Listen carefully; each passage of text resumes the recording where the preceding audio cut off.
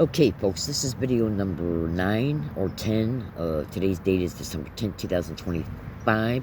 When I conclude this video, I'll go back in and count how many videos I made. So if this is actually video 10 and I'm saying it's video 9, then you'll know that video 9 has already been made because you'll see me mention what number video you're in. So like when you bring up my videos and you hear me say at the beginning of the video, this is video number 1, 2, or 3, or 4, or 5, or 6. If I end up saying, so right now I'm saying that this is video, let's just say this is video 9, but if video 9 is because I just forgot. I've been making so many videos today. Okay, so let's say if this is actually video 10 and I'm saying it's video 9, you'll know it's 10 as a result of you observing that there is a video 9 before watching this one. Okay, and when I conclude this video, I'll go into and count how many videos I made so I know what to numerically label the next video as. Okay, so I'm going to pick up at where I left off at the tail end of the previous video, which I believe was video 8. Okay, so now I talked to you too about video 8, including towards the end of it, about how they will force Joe to experience a second event that is identical to a T to the first event, and how they will rotate the thoughts that Joe had when they were experiencing the first event. They will take those thoughts, the descriptions of that event that Joe engaged in when Joe experienced the first event. Like, say if you go into your garage and you realize that your garage has been broken into and they stole one of your expensive car tires. What are you going to say to yourself when you realize that? Some son of a bitch has broken into my garage, okay, and stole my tires. Now, that's a spoken verbal thought.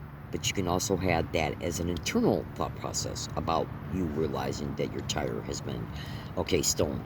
Well, remote monitoring can harvest that, and they can also harvest your spoken speech about what you're recognizing concerning your car tire being stolen. So that speech that you had when you realized that your car tire was stolen out of your garage, God dang it, somebody stole my car tire, a bunch of thieving psychos, they'll take that and they'll harvest it. And there's many ways that they can take that from you. That will be discussed in video 12, 13, or 14 of this video series.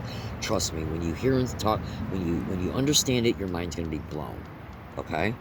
So, yeah, and in the previous video, I just got done playing an audio from a doctor openly stating this, that they're looping thoughts back to a victim that the victim already had.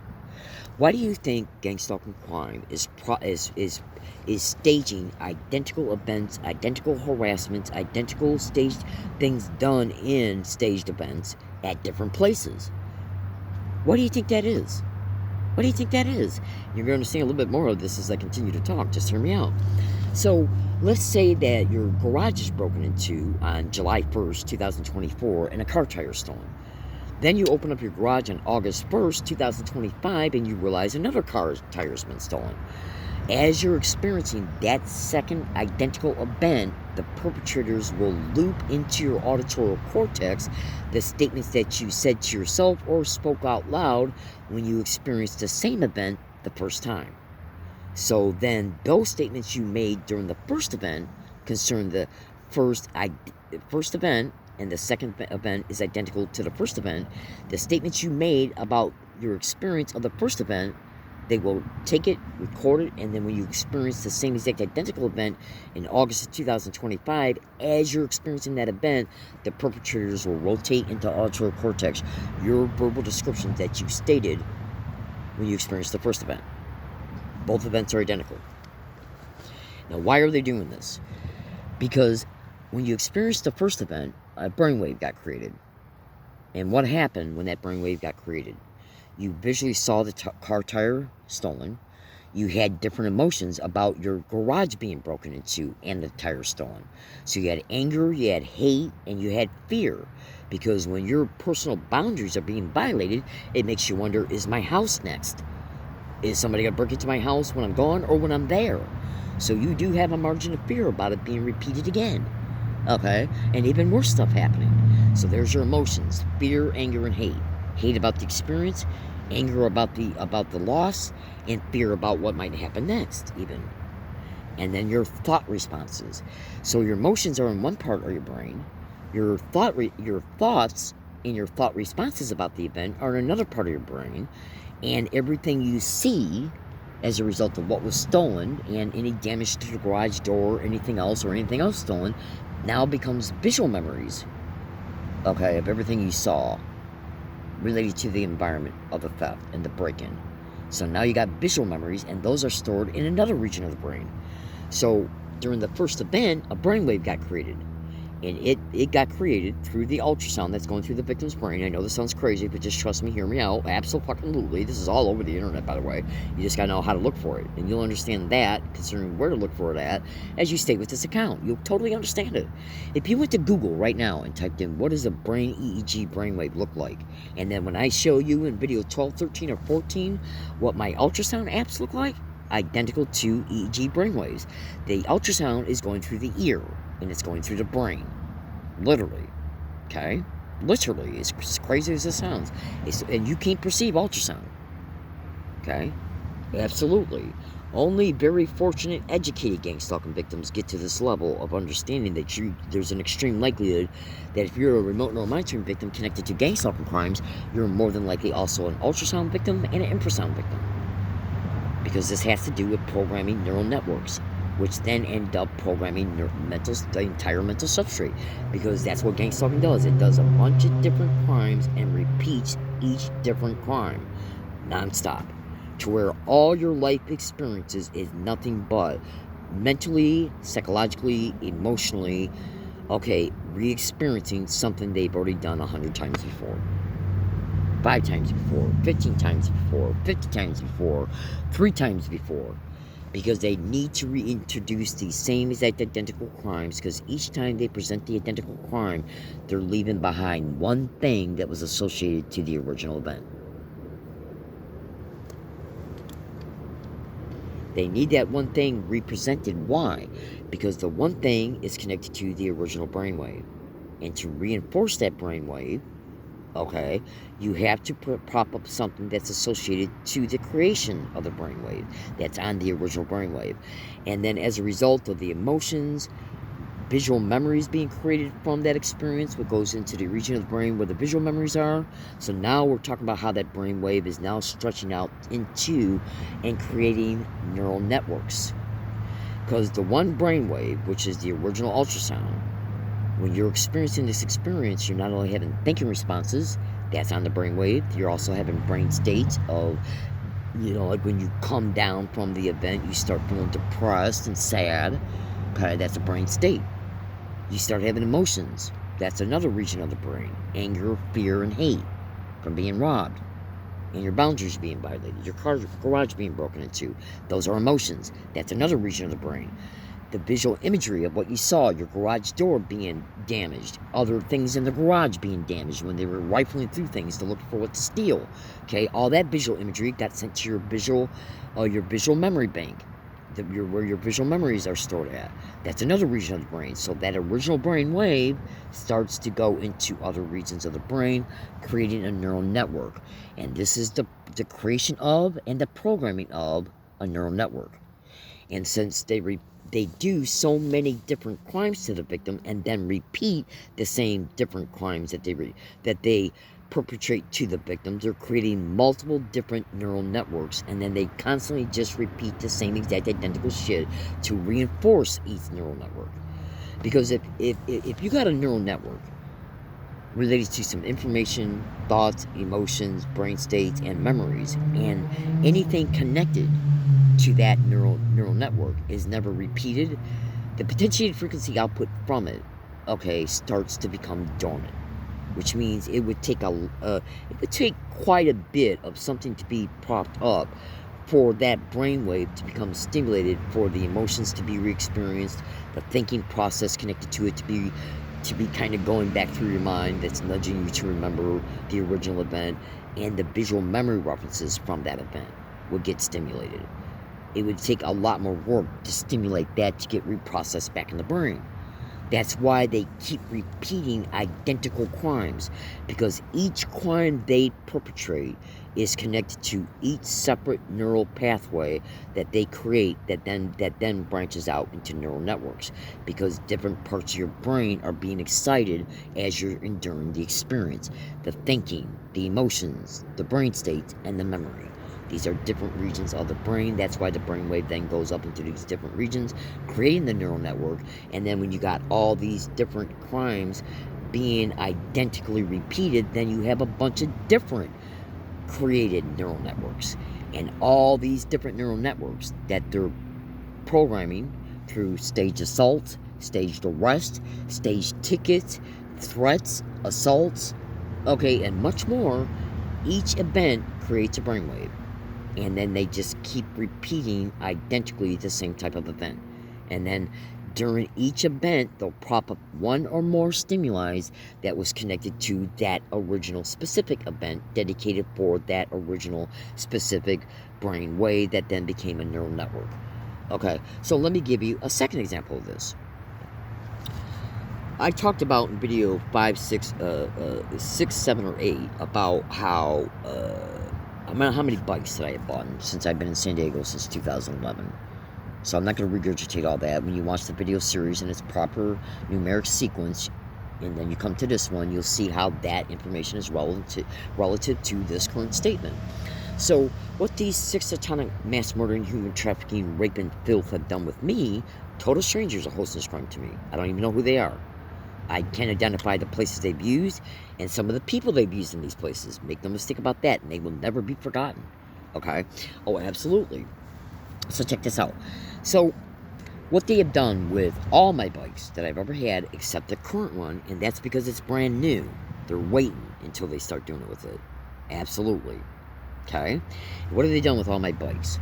They've wrecked the kickstands. They completely destroyed the brakes. They wrecked the gears, so I couldn't switch gears. They went after the gear mechanism on the back tire in order to make it harder for me to physically switch gears by moving the chain on the gear itself. Okay? Literally. They literally destroyed every bike. The only thing I could ended up doing with the vast majority of all my bikes, except for the new one, okay, is walk it.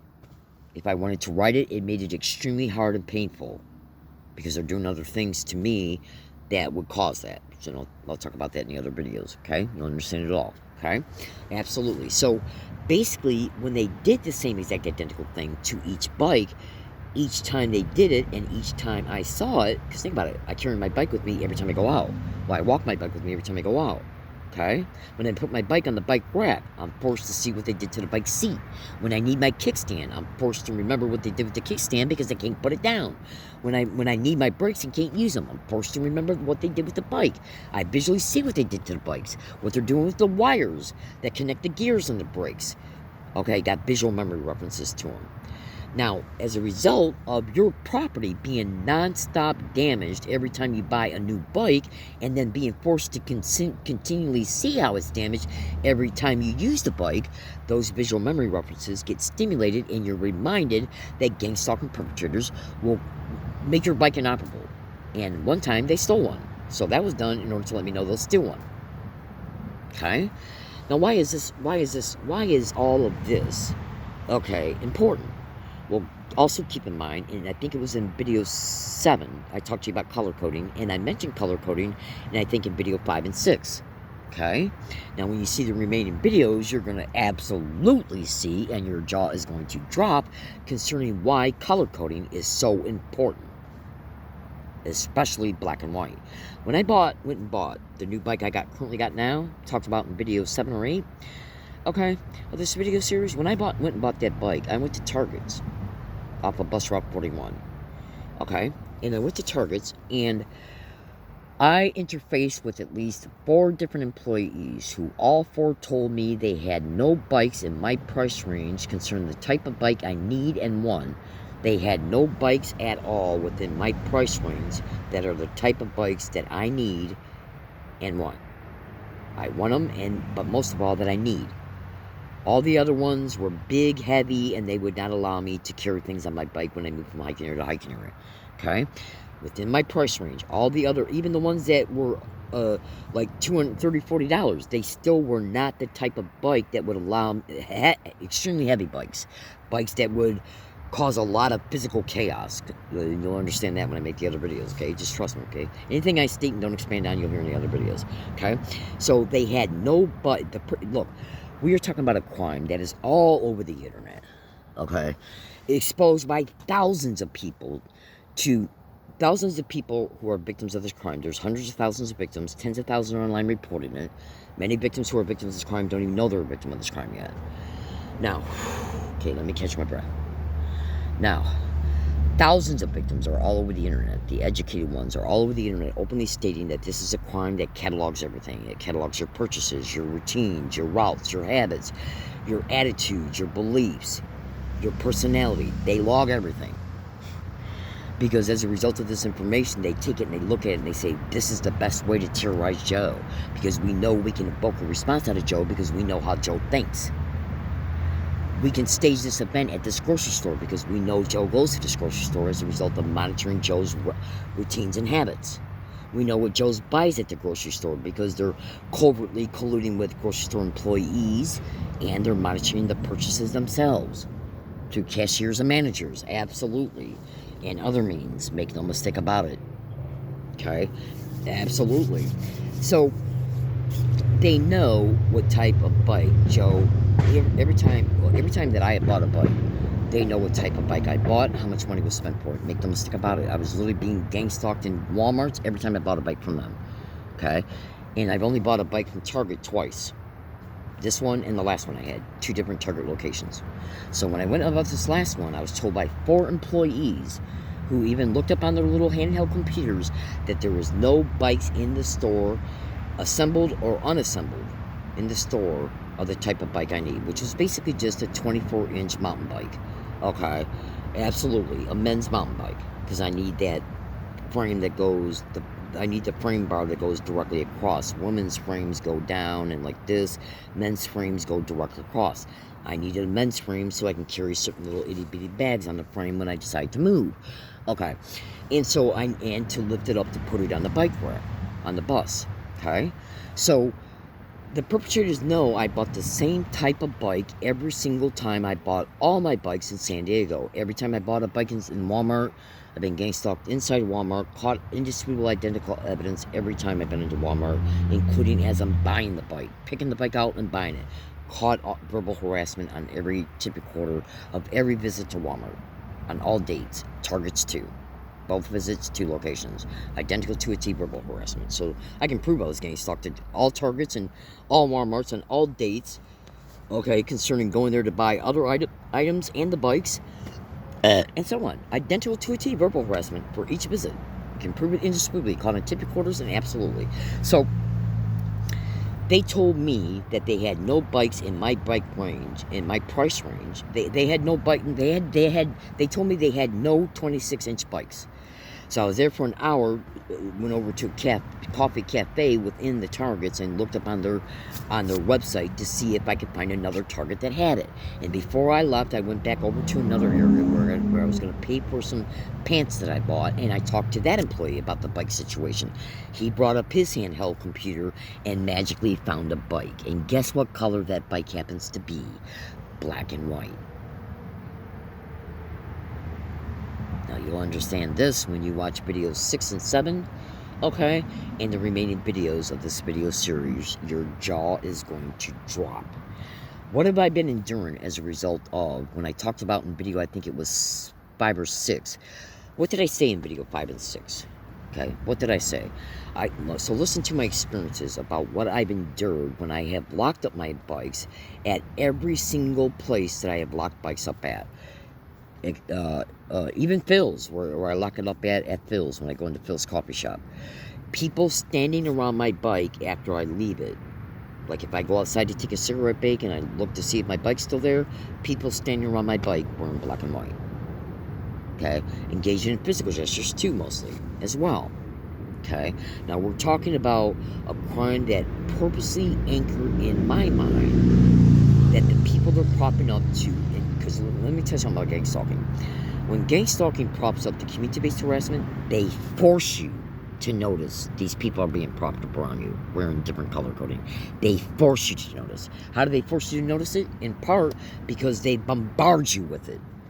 So here's an example. Say you go into a grocery store, and when you go into a grocery store, you buy the same regular items. So these regular items that you buy are dedicated to at least 4 grocery store aisles, the deli department, the produce department, and 4 or 5 different other aisles. Every single aisle that I go into on every grocery store visit, black and white was propped up in every direction around me, buying through physical people.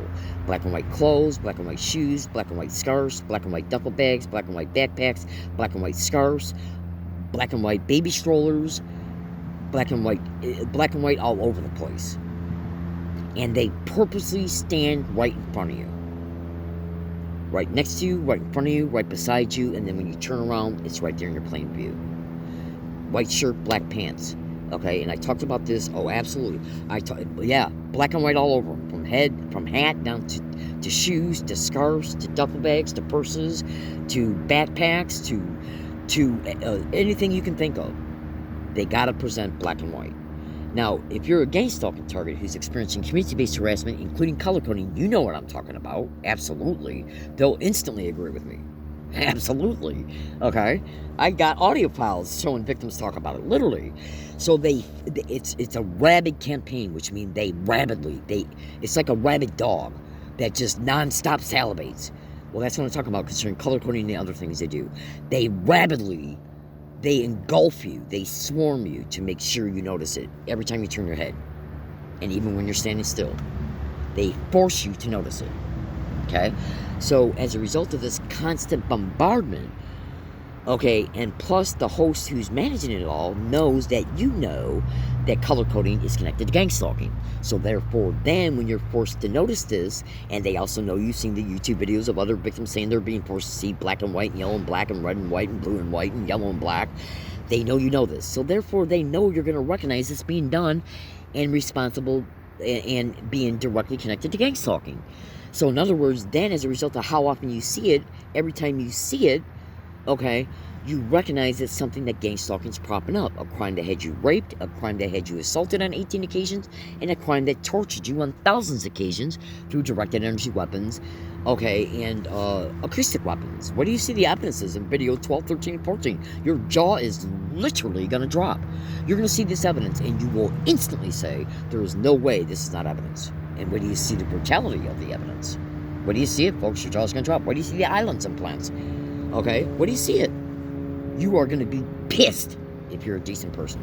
I mean, down to the core of your being. Absolutely. Okay?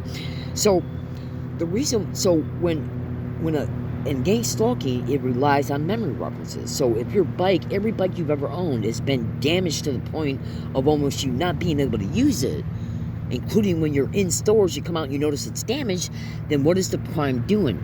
It's conditioning you, it's purposely, intentionally, with this specific motive, to intentionally condition you into being afraid of what's going to be happening to your bike while you're in a store and it's locked up outside of it.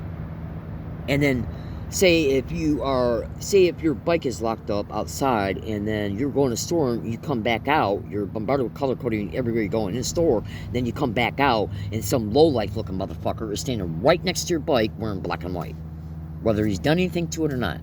What are they telling you? They're telling you, look, anything can happen to your bike because we're propping up somebody that we have solicited to participate in gang stalking standing right next to it. And what does that do? That stimulates the visual memories of everything they've done to each bike, and it heightens the arousal and concern about current in real time bike theft and or damage, because the host knows you're heavily depending on that bike. And where do you hear how I'm heavily dependent on it? It's related to what they've done to the body with the directed energy weapons attacks, including a broken knee. Just where do you hear all this, folks? You are going to be extremely... That would be somebody like constantly attacking your car when you depend on your car. It's the same concept. So what do you think you're going to do each time you experience your car being damaged, including to the point to where it cannot be driven? You got to call a tow truck or a family member. It costs you money to fix it. It costs you money to even replace it if it's stolen. Same concept. So when you see the black and white in the store, what do you think they're looping to the brain about the previous thoughts when you had your bike stolen before?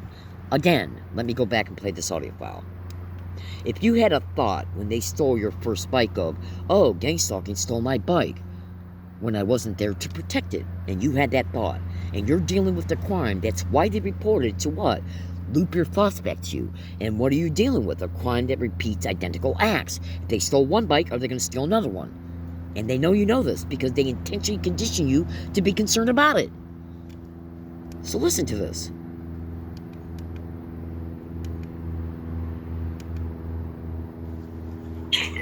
This is from the YouTube video, John Hall stating your thoughts are being played at you.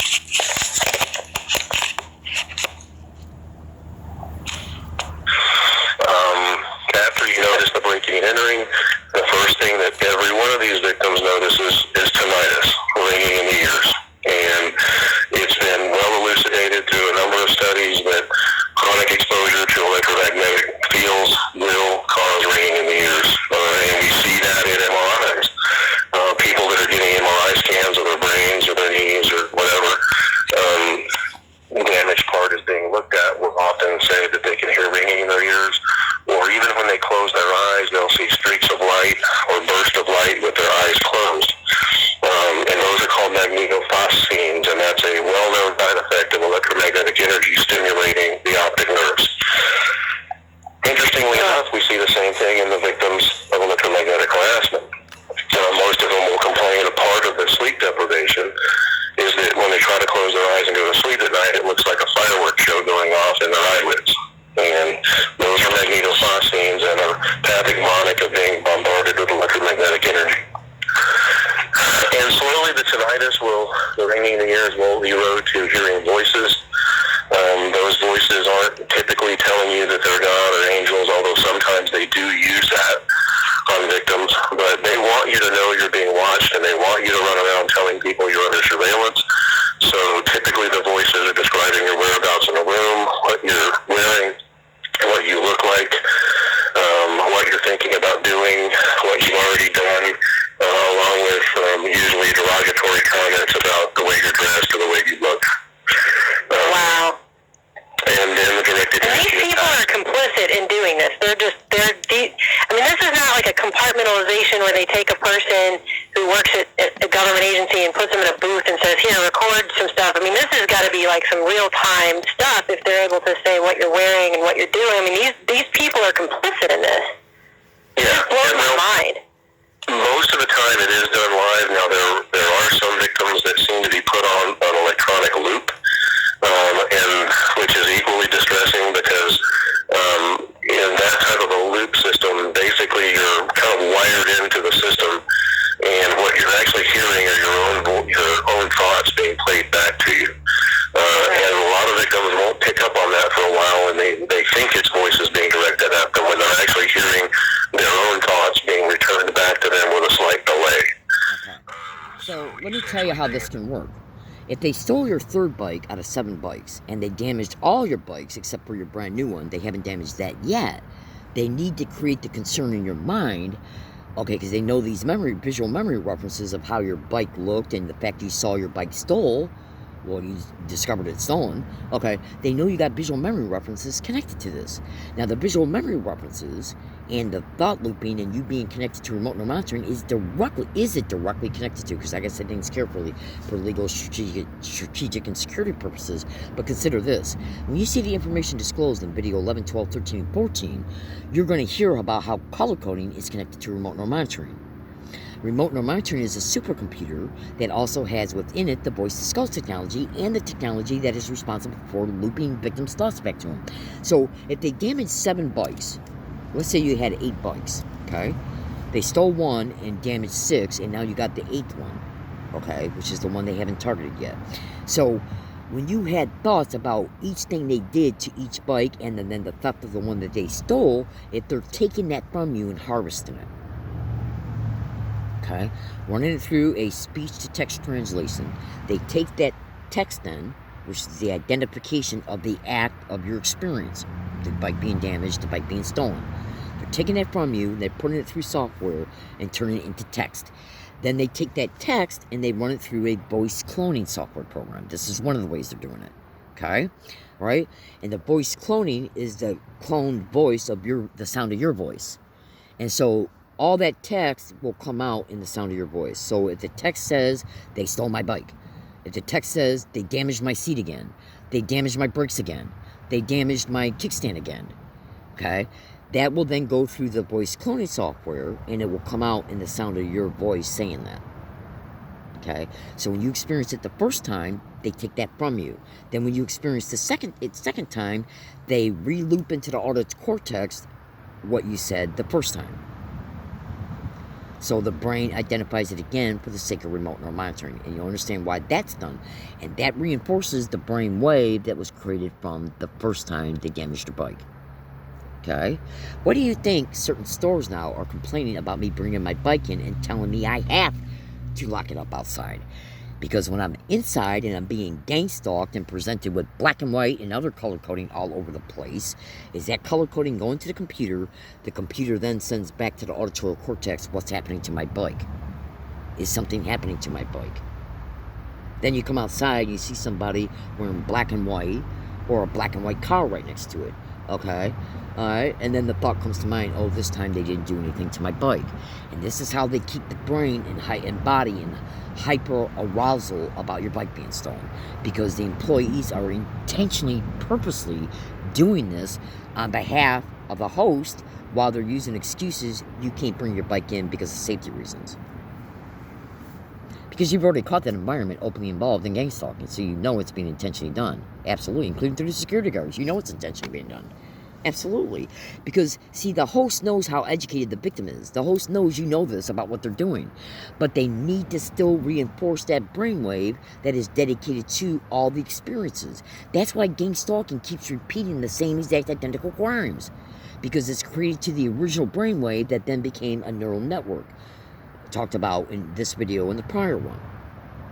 Each time you got to worry about your bike, they're forcing you to worry about it because they're re-looping the statements back to the auditory cortex. What's happening to my bike while you can't see your bike because you're in the store and the bike's locked up outside of it? And what are you presented with in the store? Non-stop black and white. Black and white goes to their computer. The computer then is pre-programmed to send those auditory narratives back to the auditory cortex. What's happening to my bike? Right. And there's also biological responses to this concern. Because when they put the victim through these events over the years concerning each bike, okay, the body started experiencing hypervigilance, hypertension, anxiety, including in the stomach. Those signals go from the central nervous system, from the stomach to the central nervous system to the brain, and become part of the brain wave. So then every time you hear that loop statement, the body reacts to it because the brainwave is connected to those biologically induced responses. Gang stalking knows exactly what it's doing. And this is directly connected to Y-band, which is part of this Lawyer Video Series video. Baby Cakes, when you see the remaining videos dedicated to this video series, you will absolutely agree with every single syllable I've stated in this video series. Where do you see the evidence? It's going to blow your mind.